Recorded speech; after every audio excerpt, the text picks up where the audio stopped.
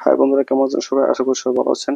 আজকের যে টপিক সেটা হচ্ছে জাতীয় বাজেট 25-26 অর্থ বছরের বাজেট হচ্ছে এটা 55তম অন্তর্বর্তীকালীন ব্যতীত এবং বাজেট ঘোষণা করা হয় 2 জুন 2025। কার্যকর হচ্ছে 1 জুলাই 2025 থেকে কার্যকর হবে। মোট বাজেট ধরা হয়েছে 7,90,000 কোটি টাকা এবং হচ্ছে জিডিপির লক্ষ্যমাত্রা ধরা হয়েছে 5.5% এবং মূল্যস্ফীতির হারের লক্ষ্যমাত্রা 14.5%।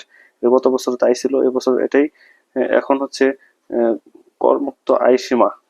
করমুক্ত আয়ের সীমাটা হচ্ছে গত বছর যা ছিল সাধারণদের 3,50,000 এবং হচ্ছে মহিলা 65 ঊর্ধ্ব 4 লক্ষ টাকা, প্রতিবন্ধী ব্যক্তি ও তৃতীয় লিঙ্গ 4,75,000 টাকা এবং যুদ্ধাহত মুক্তিযোদ্ধা 5 লক্ষ টাকা। কিন্তু এবছর আরেকটি অ্যাড হয়েছে, সেটা হচ্ছে জুলাই যোদ্ধারা, তাদের হচ্ছে করমুক্ত আয় সীমা 5,25,000 টাকা। এখন আপনাদের কাছে প্রশ্ন হচ্ছে, প্রথম বাজেটের পরিমাণ কত ছিল এবং কবে ঘোষণা করা হয়েছিল? ধন্যবাদ সবাইকে।